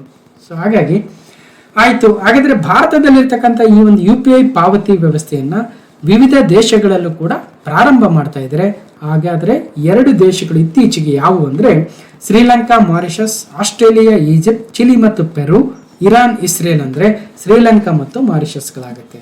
ಓಕೆ, ಸೊ ಶ್ರೀಲಂಕಾ, ಮಾರಿಷಸ್ ದೇಶಗಳಲ್ಲಿ ಭಾರತದ ಡಿಜಿಟಲ್ ಪಾವತಿ ಸೇವೆ ಯೂನಿಫೈಡ್ ಪೇಮೆಂಟ್ ಇಂಟರ್ಫೇಸ್ ಏನಿದೆ ಅಲ್ವಾ, ಅದನ್ನ ಚಾಲನೆ ನೀಡಲಾಯಿತು ಮತ್ತು ಮಾರಿಷಸ್ ಅಲ್ಲಿ ರೂಪೇ ಕಾರ್ಡ್ ಸೇವೆಯನ್ನು ಕೂಡ ಲೋಕಾರ್ಪಣೆಗೊಳಿಸಲಾಯಿತು. ವರ್ಚುವಲ್ ವೇದಿಕೆ ಮೂಲಕ ನಡೆದ ಕಾರ್ಯಕ್ರಮದಲ್ಲಿ ಭಾಗಿಯಾಗಿದ್ದ ನಮ್ಮ ಪ್ರಧಾನಿ ನರೇಂದ್ರ ಮೋದಿ ಅವರು 3 ದೇಶಗಳಿಗೆ, ಅಂದ್ರೆ 3 ದೇಶಗಳಂದ್ರೆ ನಮ್ಮ ಭಾರತ ಮತ್ತು UPI ಪೇಮೆಂಟ್ ಸರ್ವಿಸ್ ಅನ್ನ ಅಳವಡಿಸಿಕೊಂಡಿರ್ತಕ್ಕಂಥ ಶ್ರೀಲಂಕಾ ಮತ್ತು ಮಾರಿಷಸ್ಗಳು, ಹೀಗೆ ಈ 3 ದೇಶಗಳಿಗೆ ಈ ದಿನ ಒಂದು ವಿಶೇಷವಾಗಿದೆ. ಆಧುನಿಕ ಡಿಜಿಟಲ್ ತಂತ್ರಜ್ಞಾನದ ಮೂಲಕ ನಮ್ಮ ನಡುವೆ ಐತಿಹಾಸಿಕ ಸಂಬಂಧಗಳನ್ನ ಏರ್ಪಟ್ಟಿದೆ ಅಂತ ಹೇಳ್ತಾ ಇದ್ದಾರೆ. ಸೊ ಇಂದಿನ ಕಾಲದಲ್ಲಿತ್ತು, ಐತಿಹಾಸಿಕವಾಗಿ ನೋಡೋದಾದ್ರೆ ಭಾರತ, ಶ್ರೀಲಂಕಾ, ಮಾರಿಷಸ್ಗಳು ಕೂಡ ವ್ಯಾಪಾರ ವಹಿವಾಟುಗಳನ್ನು ನಡೆಸಿರ್ತಕ್ಕಂಥ ಇತಿಹಾಸಗಳಿದ್ದಾವೆ. ಇವತ್ತು UPI ನಮ್ಮೆಲ್ಲರನ್ನು ಕೂಡ ಮತ್ತೆ ಒಗ್ಗೂಡಿಸ್ತಾ ಇದೆ ಅನ್ನೋದನ್ನ ತಿಳ್ಕೋಬಹುದು ಅಲ್ವಾ. ಸೊ ಎಷ್ಟು ಪ್ರಯೋಜನಕಾರಿಯಾಗಿದೆ ಅಂದ್ರೆ ಇನ್ನು ಮುಂದೆ ಶ್ರೀಲಂಕಾ ಮತ್ತು ಮಾರಿಷಸ್ಗೆ ಹೋಗ್ತಕ್ಕಂಥ ಭಾರತೀಯರಿಗೆ ಮತ್ತು ಭಾರತಕ್ಕೆ ಬರತಕ್ಕಂಥ ಶ್ರೀಲಂಕಾ, ಮಾರಿಷಸ್ನ ಪ್ರವಾಸಿಗರಿಗೂ ಕೂಡ UPI ಸೇವೆ ಲಭ್ಯವಾಗಲಿದೆ. ಈ ಸಂದರ್ಭದಲ್ಲಿ ಮಾರಿಷಸ್ನ ಪ್ರಧಾನಿ ಪ್ರವಿಂದ್ ಜಗನ್ನಾಥ್ ಮತ್ತು ಶ್ರೀಲಂಕಾದ ಅಧ್ಯಕ್ಷ ರನಿಲ್ ವಿಕ್ರಮ್ ಸಿಂಘೆ ಅವರು ಈ ಒಂದು ವರ್ಚುವಲ್ ವೇದಿಕಾ ಕಾರ್ಯಕ್ರಮದಲ್ಲಿ ನಮ್ಮ ಪ್ರಧಾನಿ ನರೇಂದ್ರ ಮೋದಿ ಅವರ ಜೊತೆ ಒಗ್ಗೂಡಿದ್ರು. Okay, so India's UPI launched in Mauritius and Sri Lanka. Okay, so ಇದಲ್ಲದೆ ಭಾರತದ ಒಂದು UPI ಅಡಾಪ್ಷನ್ ಡಿಫ್ರೆಂಟ್ ಕಂಟ್ರೀಸ್ಗೂ ಕೂಡ ಬೌಂಡರಿ ಆಚೆ, ಗಡಿಯಾಚೆಗೂ ಕೂಡ ಹೋಗಿದೆ. ಸೊ ಅದಕ್ಕೆ Bhutan, Malaysia, Singapore, UAE, United Kingdom, France ಅಂತೆ ಕೆಲವೊಂದು ಕಂಪನಿಗಳು ಕೆಲವೊಂದು ಇದಾಗಿತ್ತು. ಬಟ್ ನಂತರ ಗವರ್ನಮೆಂಟ್ ಅಂತ ಹೋಗೋದಾದ್ರೆ ಇತ್ತೀಚೆಗೆ ಫ್ರಾನ್ಸ್ ಕೂಡ ಇದನ್ನ ಅಳವಡಿಸಿಕೊಂಡಿತ್ತು. ಹಾಗಾದ್ರೆ ಶ್ರೀಲಂಕಾದ ಒಂದಷ್ಟು ಡೀಟೇಲ್ಸ್ ಅನ್ನು ನೋಡೋದಾದ್ರೆ ಶ್ರೀಲಂಕಾದ ರಾಜಧಾನಿ ಶ್ರೀ ಜಯವರ್ಧನೆ ಕೊಟ್ಟೆ ಮತ್ತು ಕೊಲಂಬೋ ರಾಜಧಾನಿ ಆದ್ರೆ ಅಲ್ಲಿನ ಅಧ್ಯಕ್ಷರು ರನಿಲ್ ವಿಕ್ರಮಸಿಂಘೆ ಮತ್ತು ದಿನೇಶ್ ಗುಣವರ್ಧನ ಅಲ್ಲಿನ ಪ್ರಧಾನಮಂತ್ರಿಗಳಾಗ್ತಾರೆ. ಇನ್ನು ಮಾರಿಷಸ್ ಬಗ್ಗೆ, ಮಾರಿಷಸ್ನ ಒಂದು ಮ್ಯಾಪ್ ಮತ್ತು ಪೋರ್ಟ್ ಲೂಯಿಸ್ ಅಲ್ಲಿನ ರಾಜಧಾನಿ ಆದ್ರೆ ಅಲ್ಲಿನ ಪ್ರಧಾನಿಗಳು very important. So Pravind Jugnauth ಅವರು ಸೊ ಅಲ್ಲಿನ ಪ್ರಧಾನಿಗಳಾಗ್ತಾರೆ. ಅಲ್ಲಿನ ಪ್ರೆಸಿಡೆಂಟ್ ಪೃಥ್ವಿರಾಜ್ ಸಿಂಗ್ ರೂಪನ್ ಅಂತೆ ನೆನ್ಪಿಡ್ಬೇಕು. ಸೊ ಇತ್ತೀಚೆಗೆ ಫೆಬ್ರವರಿ 2024 ಮತ್ತು 4ನೇ ಭಾಗದ ಪ್ರಮುಖ ಪ್ರಚಲಿತ ಘಟನೆಗಳಲ್ಲಿ ಯೂನಿಫೈಡ್ ಪೇಮೆಂಟ್ ಇಂಟರ್ಫೇಸ್ ಪಾವತಿ ವ್ಯವಸ್ಥೆಯನ್ನು ಸ್ವೀಕರಿಸಿದ ಮೊದಲ ಯುರೋಪಿಯನ್ ದೇಶ ಯಾವುದು ಅಂತ ಮಾತಾಡಿದ್ವಿ, ಫ್ರಾನ್ಸ್ ಆಗಿತ್ತು. ಸೊ ಅದರ ಬಗ್ಗೆ ಕೂಡ ಡೀಟೇಲ್ಸ್ ಇತ್ತು. ಇನ್ನು ಫ್ರಾನ್ಸ್ನ ಪ್ರಧಾನಿ ಇಮ್ಯಾನ್ಯುಯಲ್ ಮ್ಯಾಕ್ರಾನ್ ಅವರು ನಮ್ಮ ಗಣರಾಜ್ಯೋತ್ಸವ ಸಮಾರಂಭಕ್ಕೆ ಬಂದಿದ್ರು. ಜೊತೆಗೆ ಅಲ್ಲಿನ ಪ್ರಧಾನಿಗಳು ಗ್ಯಾಬ್ರಿಯಲ್ ಅಟ್ಟಾಲ್ ಅವರು. ಓಕೆ, ಸೊ ಇನ್ನು 2ನೇ ಪ್ರಶ್ನೆ, ಮೊದಲ ಮಕ್ಕಳ ಸ್ನೇಹಿ ಪೊಲೀಸ್ ಸ್ಟೇಷನ್ ಎಲ್ಲಿ ಉದ್ಘಾಟನೆಯಾಯಿತು? Where was a first child friendly police station inaugurated ಅಂತ ಕೇಳ್ತಾರೆ. ಯಾವಾಗಲೂ ಫಸ್ಟ್ ಅಂತಕ್ಕಂಥ ಒಂದು ಕೀವರ್ಡ್ ಬಂದ ತಕ್ಷಣ ಅದು KE ಎಕ್ಸಾಮ್ ಅಲ್ಲಿ ಬಹಳ ಬರ್ತವೆ. ಸೊ ಮೊದಲ ಕಾರ್ಬನ್ ಮುಕ್ತ ಗ್ರಾಮ ಯಾವುದು, ಮೊದಲ ಸೌರಶಕ್ತಿ ಬಳಸಿರ್ತಕ್ಕಂಥ ಗ್ರಾಮ ಪಂಚಾಯತ್ ಯಾವುದು, ಅಥವಾ ಮೊದಲ ಬ್ರಿಡ್ಜ್ ಯಾವುದು, ಮೊದಲ ಮತ್ತೊಂದು ಯಾವುದು, ಈ ರೀತಿಯಾಗಿ ಬಹಳ ಕೇಳ್ತಾ ಇದ್ದಾರೆ. ಅದಕ್ಕೋಸ್ಕರ so first child friendly police station ಯಾವುದು ಅಂತ ಇಲ್ಲಿ ಪ್ರಶ್ನೆ. ಸೊ ಫಸ್ಟ್ ಅಂತ ಬಂದ್ರೆ ಸಾಕು, ನಾವು ಅದನ್ನ ಫಸ್ಟ್ ನಮ್ಮ ಕರೆಂಟ್ ಅಫೇರ್ಸ್ಗೆ ಹಾಕ್ಬಿಡ್ತೀವಿ. ಯಾವ ರಾಜ್ಯದಲ್ಲಿ ಮೊದಲ ಮಕ್ಕಳ ಸ್ನೇಹಿ ಪೊಲೀಸ್ ಸ್ಟೇಷನ್ ಆರಂಭಗೊಂಡಿತು ಅಂದ್ರೆ ಮಹಾರಾಷ್ಟ್ರ, ಗುಜರಾತ್, ಉತ್ತರ ಪ್ರದೇಶ, ಒಡಿಶಾ ಅಂದ್ರೆ ಸರಿಯಾದ ಉತ್ತರ. ಮಹಾರಾಷ್ಟ್ರದಲ್ಲಿ ಮೊದಲ ಮಕ್ಕಳ ಸ್ನೇಹಿ police station, child friendly police station ಉದ್ಘಾಟನೆಯಾಗಿದೆ. ಹಾಗಾದ್ರೆ ಮಹಾರಾಷ್ಟ್ರದ ಧೂಳೆ ಎಂತಕ್ಕಂಥ ಜಿಲ್ಲೆಯ ಆಜಾದ್ ನಗರ್ ಪೊಲೀಸ್ ಸ್ಟೇಷನ್ ಅಲ್ಲಿ ಅಲ್ಲಿನ ಜಿಲ್ಲಾಧಿಕಾರಿ, ಅಲ್ಲಿನ ಮಹಿಳಾ ಮತ್ತು ಮಕ್ಕಳ ಅಭಿವೃದ್ಧಿ ಅಧಿಕಾರಿ, ಅಲ್ಲಿನ SP ಅವರೆಲ್ಲ ಸೇರಿ ಈ ಒಂದು ಒಳ್ಳೆಯ ಕೆಲಸವನ್ನು ಮಾಡಿದ್ದಾರೆ. ಇದರ ಮೂಲಕ ಮಕ್ಕಳಿಗೆ ಸುರಕ್ಷೆ ಮತ್ತು ಆನಂದದಾಯಕ ಸ್ಥಳವನ್ನು ಸೃಷ್ಟಿಸುವ ಗುರಿಯನ್ನ ಈ ಒಂದು ಚೈಲ್ಡ್ ಫ್ರೆಂಡ್ಲಿ ಪೊಲೀಸ್ ಸ್ಟೇಷನ್ ಮೂಲಕ ತಂದಿದ್ದಾರೆ. ಅಂದ್ರೆ ಯಾವುದೋ ಕಾರಣದಿಂದ ಮಕ್ಕಳನ್ನು ಕೂಡ ಪೊಲೀಸ್ ಸ್ಟೇಷನ್ ಕರ್ಕೊಂಡ್ ಬರೋದನ್ನ ಕಾರಣ ಇರುತ್ತೆ, ಜೊತೆಗೆ ಬಾಲಾಪರಾಧಿಗಳು ಕೂಡ ಇರ್ತಾರೆ. ಅಂತವರೆಲ್ಲರಿಗೂ ಕೂಡ ಒಂದು ಕೋಣೆಯನ್ನ ಮಾಡಿ ಅಲ್ಲಿ ಮಕ್ಕಳ ಸ್ನೇಹಿ ಚಿತ್ರಗಳಿಂದ ಅಲಂಕಾರವನ್ನು ಕೂಡ ಮಾಡಿದರೆ ಭಯಮುಕ್ತ ವಾತಾವರಣಕ್ಕಾಗಿ ಮಕ್ಕಳ ಸ್ನೇಹಿ ಪದ್ಧತಿಗಳನ್ನು ಅಳವಡಿಸ್ಕೊಳ್ಬೇಕು. ಪೊಲೀಸ್ ಸ್ಟೇಷನ್ ಅಂದ್ರೆ ಸಾಕು, ಯಾವುದೋ ಒಂದು ಸಣ್ಣ ಭಯದಿಂದನೇ ಒಳಗಡೆ ಹೋಗ್ತಾರೆ. ಅಂತಹ ಭಯವನ್ನ ಹೋಗ್ಲಾಡಿಸ್ಬೇಕು, ಅದರಲ್ಲೂ ಮಕ್ಕಳಲ್ಲಿ ಅನ್ನೋ ಉದ್ದೇಶವನ್ನು ಇಟ್ಕೊಂಡು ಇಂತಹ ಕೆಲಸವನ್ನು ಮಾಡಿದರೆ ಮಕ್ಕಳ ಸ್ನೇಹಿ ಪೊಲೀಸ್ ಸ್ಟೇಷನ್ ಇಡೀ ದೇಶದಲ್ಲಿ ಮೊದಲು ಮಹಾರಾಷ್ಟ್ರದಲ್ಲಿ ಉದ್ಘಾಟನೆ ಆಯಿತು. ಓಕೆ, ಮಹಾರಾಷ್ಟ್ರದ ಡೀಟೇಲ್ಸ್ ಕೂಡ ಇದೆ. ಅಲ್ಲಿನ ರಾಜ್ಯಪಾಲರು ರಮೇಶ್ ಬಯಾಸ್ ಅವರು ಮತ್ತು ಮುಖ್ಯಮಂತ್ರಿಗಳು ಏಕನಾಥ್ ಶಿಂದೆ ಅವರು. First child friendly police station of Maharashtra. ದೇಶದಲ್ಲಿ ಅಲ್ಲ ಅನ್ಸುತ್ತೆ, ಮಹಾರಾಷ್ಟ್ರದ ಮೊದಲೇ ಇರಬೇಕು, ಇರಲಿ, ನೆನ್ಪಿಟ್ಕೊಳ್ಳಿ. ಓಕೆ, ಬಹುರಾಷ್ಟ್ರೀಯ ಮಿಲಿಟರಿ ವ್ಯಾಯಾಮ ಶಾಂತಿ ಪ್ರಯಾಸ್ 4 ಅನ್ನ ಎಲ್ಲಿ ಆಯೋಜಿಸಲಾಗಿದೆ? Where was multi national military exercise Shanti Prayas 4 organised ಅಂದ್ರೆ ವಿಶಾಖಪಟ್ಟಣಂ, ಢಾಕಾ, ಕಾಠ್ಮಂಡು, ಮಯನ್ಮಾರ್ ಅಂದ್ರೆ ಸರಿಯಾದ ಉತ್ತರ ಕಾಠ್ಮಂಡುವಿನಲ್ಲಿ. Okay, the United States, Nepal ಎರಡೂ ಜೊತೆಗೂಡಿ ಒಂದು multi national peace keeping exercise Shanti Prayas 4 ಅಂದ್ರೆ ಬೇರೆ ಬೇರೆ ಬೇರೆ ದೇಶಗಳ ಅಂತಾರಾಷ್ಟ್ರೀಯ ಒಂದು ಶಾಂತಿಯನ್ನ ನೆಲೆಸುವ ಎಕ್ಸರ್ಸೈಸ್ ಆಗುತ್ತೆ, ಸಮರಾಭ್ಯಾಸವೂ ಕೂಡ ಅಂತ ಕರೀಬಹುದು. ಶಾಂತಿ ಪ್ರಯಾಸ್ 4 ಇದರ ನೇತೃತ್ವವನ್ನು ನೇಪಾಳ ಮತ್ತು ಅಮೆರಿಕಗಳು ವಹಿಸಿಕೊಂಡಿದ್ದೇವೆ. ಆ ಎರಡೂ ದೇಶಗಳನ್ನು ಹೊರತುಪಡಿಸಿ ಇನ್ನು 17 ದೇಶಗಳು ಅಂದ್ರೆ ಒಟ್ಟು 19 ದೇಶಗಳು ಈ ಒಂದು ನೇಪಾಳದ ಕಾಠ್ಮಂಡುವಿನಲ್ಲಿ ಫೆಬ್ರವರಿ 20ರಂದು largest multi national peace keeping exercises of the 2024 ಆಗುತ್ತೆ ಶಾಂತಿ ಪ್ರಯಾಸ್ 4. ಇಲ್ಲಿ ಪ್ರಶ್ನೆ, ಭಾರತ ಇದರಲ್ಲಿ ಭಾಗವಹಿಸ್ತಾ ಇಲ್ವಾ ಅಂದ್ರೆ ಹೌದು. Australia, Bangladesh, Canada, Fiji, Ghana, Indonesia, Malaysia, Mongolia, Nigeria, Pakistan, Philippines, South Korea, Sri Lanka, Thailand, Uruguay, Vietnam ಮತ್ತು ಆತಿಥೇಯ ನೇಪಾಳ ಮತ್ತು ಅಮೆರಿಕಗಳು ಕೂಡ ಭಾಗವಹಿಸಿದವು. ಒಟ್ಟಾರೆಯಾಗಿ ಶಾಂತಿ ಪ್ರಯಾಸ 4 19 ರಾಷ್ಟ್ರಗಳು ಫೆಬ್ರವರಿ 20ರಿಂದ March 4, 2024 Shanti Prayas 4 multi national military exercise in Nepal. Okay, question number 4. ಇತ್ತೀಚೆಗೆ ಸುದ್ದಿಯಲ್ಲಿ ಕಂಡುಬಂದ ಸಮ್ಮಕ್ಕ ಸರಳಮ್ಮ ಜಾತ್ರೆ ಬುಡಕಟ್ಟು ಹಬ್ಬವನ್ನ ಯಾವ ರಾಜ್ಯದಲ್ಲಿ ಆಚರಿಸಲಾಗ್ತಾ ಇದೆ? Very very important. Sammakka Saralamma Jatara tribal festival recently in the news is celebrated in which state ಅಂತ. ಒಂದು ತೆಲಂಗಾಣ, ಕರ್ನಾಟಕ, ಕೇರಳ, ತಮಿಳುನಾಡು ಅಂದ್ರೆ ಸರಿಯಾದ ಉತ್ತರ. ತೆಲಂಗಾಣದ ದೇಶದಲ್ಲಿ ಅತಿ ದೊಡ್ಡ ಟ್ರೈಬಲ್ ಫೇರ್ ಅಂತ ಕರಿಬಹುದು, ಫೆಸ್ಟಿವಲ್ ಅಂತ ಕರಿಬಹುದು ಸಮ್ಮಕ್ಕ ಸರಳಮ್ಮ ಜಾತ್ರೆ. ಕೇವಲ ಜಾತ್ರೆಗಷ್ಟೇ ಅಲ್ಲ, ಟ್ರೈಬಲ್ ಯೂನಿವರ್ಸಿಟಿ ಸ್ಥಾಪನೆಗೋಸ್ಕರ ಕೂಡ ಅದು ಸುದ್ದಿಯಲ್ಲಿದೆ. ನೆನ್ಪಿಡೋಣ. ಮುಂದೆ ಹೇಳ್ತೀನಿ, ಹಿಂದೆ ಕೂಡ ಡಿಸ್ಕಷನ್ ಮಾಡಿದ್ವಿ. ಏಷ್ಯಾದಲ್ಲಿ ಅತಿ ದೊಡ್ಡ ಬುಡಕಟ್ಟು ಹಬ್ಬ ಸಮ್ಮಕ್ಕ ಸರಳಮ್ಮ ಜಾತ್ರೆಯ ಅದ್ದೂರಿ ಆಚರಣೆಗೆ ತೆಲಂಗಾಣ ರಾಜ್ಯ ಸಜ್ಜಾಗಿದೆ. ತೆಲಂಗಾಣದ ಮೇಡಾರಂ ಎಂಬ ಗ್ರಾಮದಲ್ಲಿ ನಡೆಯುವ ಈ ಕಾರ್ಯಕ್ರಮದಲ್ಲಿ ಶ್ರೀಮಂತ ಬುಡಕಟ್ಟು ಪರಂಪರೆಯನ್ನ ಪ್ರದರ್ಶನ ಮಾಡಲಾಗುತ್ತೆ. ಹೈದರಾಬಾದ್ನಿಂದ 740 ಕಿಲೋಮೀಟರ್ ದೂರದಲ್ಲಿರ್ತಕ್ಕಂಥ ಈ ಒಂದು ಮೇಡಾರಂ ಗ್ರಾಮದಲ್ಲಿ ಈ ಒಂದು ಸಮ್ಮಕ್ಕ ಸರಳಮ್ಮ ಜಾತ್ರೆಯ ಉತ್ಸವವು ಏಕತೆ ಮತ್ತು ಸಾಂಸ್ಕೃತಿಕ ಭಕ್ತಿಯನ್ನು ಸೂಚಿಸುತ್ತದೆ. ಜಾಗತಿಕವಾಗಿ ವಿವಿಧ ಪ್ರವಾಸಿಗರನ್ನ ಸೆಳೆಯುತ್ತದೆ ಕೂಡ. ಅಂದ್ರೆ ಇದು ಮತ್ತೊಂದು ವಿಚಾರಕ್ಕೆ ಸುದ್ದಿಯಲ್ಲಿತ್ತು. ತೆಲಂಗಾಣದ ಮುಲುಗು ಜಿಲ್ಲೆಯಲ್ಲಿ ಕೇಂದ್ರೀಯ ಬುಡಕಟ್ಟು ವಿಶ್ವವಿದ್ಯಾನಿಲಯವನ್ನು ಸ್ಥಾಪಿಸಲಾಗುವುದು ಎಂದು ಪ್ರಧಾನಿ ಘೋಷಣೆ ಮಾಡಿದ್ರು, ಸ್ಥಾಪನೆ ಕೂಡ ಆಗಿದೆ. ಆದಿವಾಸಿ ದೇವತೆಗಳಾದ ಸಮ್ಮಕ್ಕ ಮತ್ತು ಸರಳಮ್ಮ ಎನ್ನುವ ಇಬ್ಬರ ಹೆಸರನ್ನ ಇಡಲಾಗಿದೆ. ಸಮ್ಮಕ್ಕ ಮತ್ತು ಸರಳಮ್ಮ ಅಥವಾ ಸಾರಕ್ಕ ಅಂತ ಕರೀತಾರೆ. ಇವರಿಬ್ಬರು ತಾಯಿ ಮಗಳಾಗ್ತಾರೆ. ಈ ಜೋಡಿ 12ನೇ ಶತಮಾನದಲ್ಲಿ ಆಗಿನ ಕಾಕತೀಯ ದೊರೆಗಳು ಬರಗಾಲದ ಸಂದರ್ಭದಲ್ಲಿ ಬುಡಕಟ್ಟು ಜನರ ಮೇಲೆ ತೆರಿಗೆ ವಿಧಿಸುವುದರ ವಿರುದ್ಧ ಹೋರಾಟವನ್ನು ಮಾಡಿದ್ರು. ಹಾಗಾಗಿ ಸಮ್ಮಕ್ಕ ಸರಳಮ್ಮ ಅವರ ಒಂದು ಏನು ಬುಡಕಟ್ಟು ಹೋರಾಟ ಇತ್ತು ಅದರ ನೆನಪಿಗಾಗಿ ತೆಲಂಗಾಣದಲ್ಲಿ ಪ್ರತಿ 2 ವರ್ಷಗಳಿಗೊಮ್ಮೆ ಇಂತಹ ಒಂದು ಬಹುದೊಡ್ಡ ಧಾರ್ಮಿಕ ಬುಡಕಟ್ಟು ಒಂದು ಜಾತ್ರೆಯನ್ನ ನಡೆಸಲಾಗುತ್ತದೆ. ಇದನ್ನ ಪ್ರಮುಖವಾಗಿ ಯಾರು ಮುಂದಾಳತ್ವವನ್ನು ವಹಿಸ್ತಾರೆ ಅಂದ್ರೆ ಕೋಯಾ ಎನ್ನುವ ಬುಡಕಟ್ಟು ಜನಾಂಗ. ಕೋಯಾ ಎಂಬುದು ಮಧ್ಯ ಮತ್ತು ದಕ್ಷಿಣ ಭಾರತದಲ್ಲಿ ಮಾತನಾಡುವ ಗುಂಡಿ ಕುಯಿ ಗುಂಪಿನ ದಕ್ಷಿಣ ಮಧ್ಯ ದ್ರಾವಿಡ ಭಾಷೆಯಾಗಿದ್ದು ಇದು ಇಲ್ಲಿನ ಕೋಯಾ ಜನರ ಸ್ಥಳೀಯ ಭಾಷೆಯೂ ಕೂಡ ಆಗಿದೆ. ಕರ್ನಾಟಕ ರಾಜ್ಯದಲ್ಲಿ ವಿಶೇಷವಾಗಿ ಬೀದರ್ ಜಿಲ್ಲೆಯಲ್ಲಿ ಮತ್ತು ನೆರೆಯ ತೆಲಂಗಾಣ, ಆಂಧ್ರ ಪ್ರದೇಶದಲ್ಲಿ ಬಹಳ ದೊಡ್ಡದಾಗಿರ್ತಕ್ಕಂಥ ಬುಡಕಟ್ಟು ಜನಾಂಗ ಕೋಯ ಆಗುತ್ತೆ. ಹಾಗಾದ್ರೆ ತೆಲಂಗಾಣದ ಅತಿ ದೊಡ್ಡ ಒಂದು ಜಾತ್ರೆಯು ಕೂಡ ಏಷ್ಯಾದಲ್ಲಿ ಅತಿ ದೊಡ್ಡ ಬುಡಕಟ್ಟು ಹಬ್ಬ ಅಂತ ಕೂಡ ಕರೀತಾರೆ, ಸಮ್ಮಕ್ಕ ಸಾರಕ್ಕ ಜಾತ್ರೆ ಆಗುತ್ತೆ. ಓಕೆ, ಇನ್ನು ತೆಲಂಗಾಣದ ರಾಜಧಾನಿ ಹೈದರಾಬಾದ್, 33 ಜಿಲ್ಲೆಗಳಿದ್ದಾವೆ. ಅಲ್ಲಿ ರಾಜ್ಯಪಾಲರು ತಮಿಳುಸಾಯಿ ಸೌಂದರ್ಯ ರಾಜನ್ ಮತ್ತು ಅಲ್ಲಿನ ಮುಖ್ಯಮಂತ್ರಿಗಳು ರೇವಂತ್ ರೆಡ್ಡಿ ಅವರು. So huge crowd throngs Telangana's Medaram for India's biggest tribal festival. ಕೇವಲ ತಮಿಳುನಾಡು, ಆಂಧ್ರ ಪ್ರದೇಶ ಅಷ್ಟೇ ಅಲ್ಲ, ಬದಲಾಗಿ ನಮ್ಮ ಕರ್ನಾಟಕ, ಛತ್ತೀಸ್ಗಢ, ಜಾರ್ಖಂಡ್, ಮಧ್ಯಪ್ರದೇಶ, ಮಹಾರಾಷ್ಟ್ರ, ಬಿಹಾರ್, ವೆಸ್ಟ್ ಬೆಂಗಾಲಿಂದಲೂ ಕೂಡ ಅಲ್ಲಿಗೆ ಬಂದು ಸೊ ಎಲ್ಲ ಒಂದು ಬುಡಕಟ್ಟು ಜನಾಂಗದವರು ಬಂದು ಸೇರ್ತಕ್ಕಂಥ ಸುಮಾರು 15 ಲಕ್ಷಕ್ಕೂ ಹೆಚ್ಚಿನ ಬುಡಕಟ್ಟು ಜನರು ಒಂದೇ ಸ್ಥಳದಲ್ಲಿ ಸೇರುವ, ಆಚರಣೆ ಮಾಡುವ ಏಷ್ಯಾದ ಅತಿ ದೊಡ್ಡ ಬುಡಕಟ್ಟು ಹಬ್ಬ ಸೊ ಮೇಡಾರಂ ಜಿಲ್ಲೆಯಲ್ಲಿ, ಮೇಡಾರಂ ಸ್ಥಳದಲ್ಲಿ ತೆಲಂಗಾಣದಲ್ಲಿ ಸಮ್ಮಕ್ಕ ಸರಳಮ್ಮ ಜಾತ್ರೆ ಆಗುತ್ತೆ.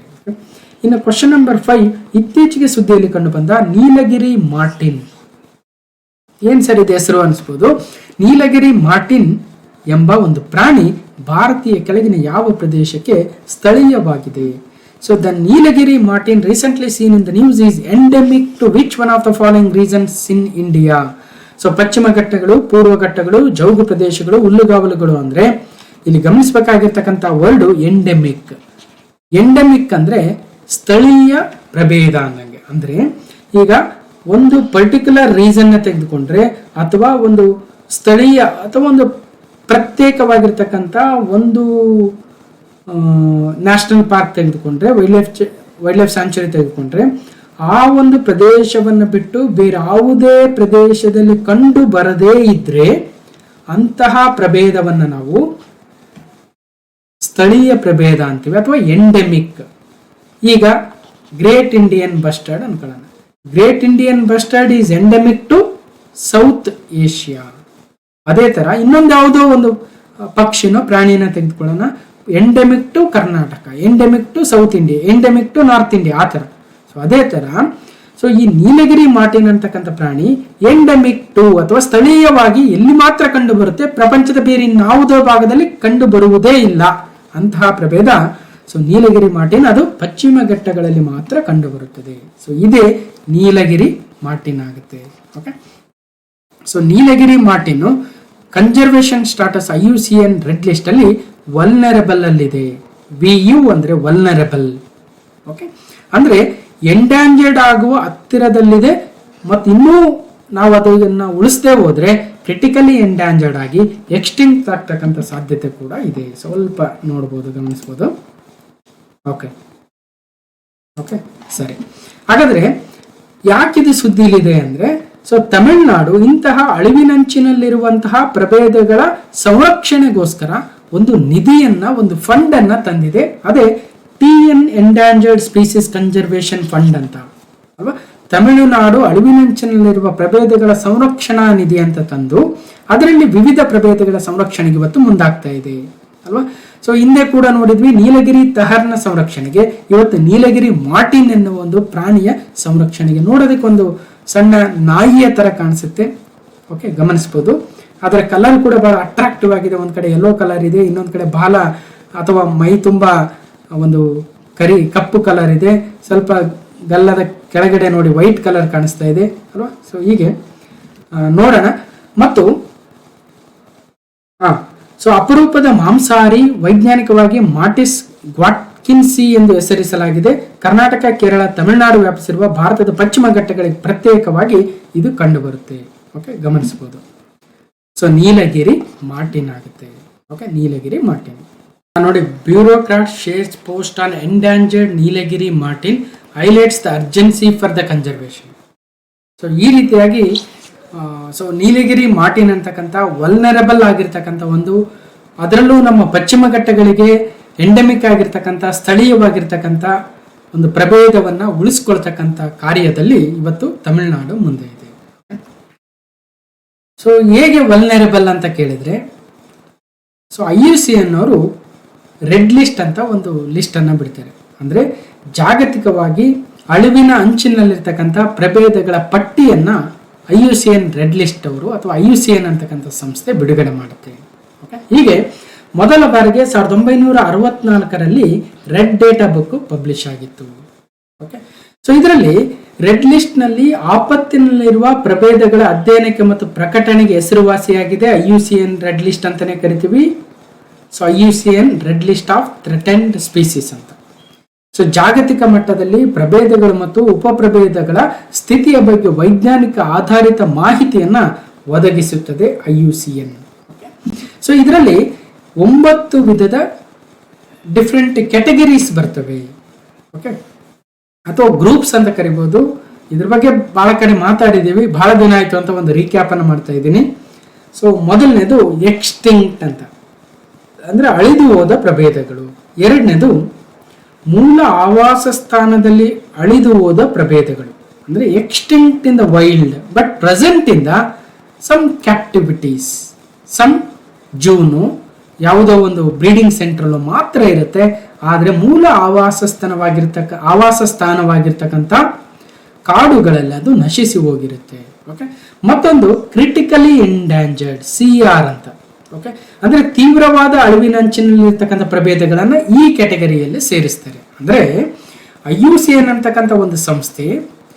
ಸೊ ಈ ಸಂಸ್ಥೆ ಏನ್ ಮಾಡುತ್ತೆ, international union for conservation of nature ಎನ್ನುವ IUCN ಎನ್ನುವ ಸಂಸ್ಥೆ ಪ್ರಪಂಚದ ವಿವಿಧ ಪ್ರಭೇದಗಳನ್ನು ಅಧ್ಯಯನ ಮಾಡಿ 9 ಗುಂಪುಗಳಲ್ಲಿ ಸೇರಿಸ್ತಾ ಹೋಗುತ್ತೆ. ಆ ಪ್ರಭೇದಗಳನ್ನ ತೀವ್ರವಾಗಿರ್ತಕ್ಕಂಥ ಅಳಿವಿನಂಚಿನಲ್ಲಿರ್ತಕ್ಕಂಥ ಪ್ರಭೇದಗಳು ಅಂದ್ರೆ ಕ್ರಿಟಿಕಲಿ ಎಂಡಾಂಜರ್ಡ್ ಅಂದ್ರೆ ಕೇವಲ 100-200 ಉಳಿದಿರ್ತವೆ.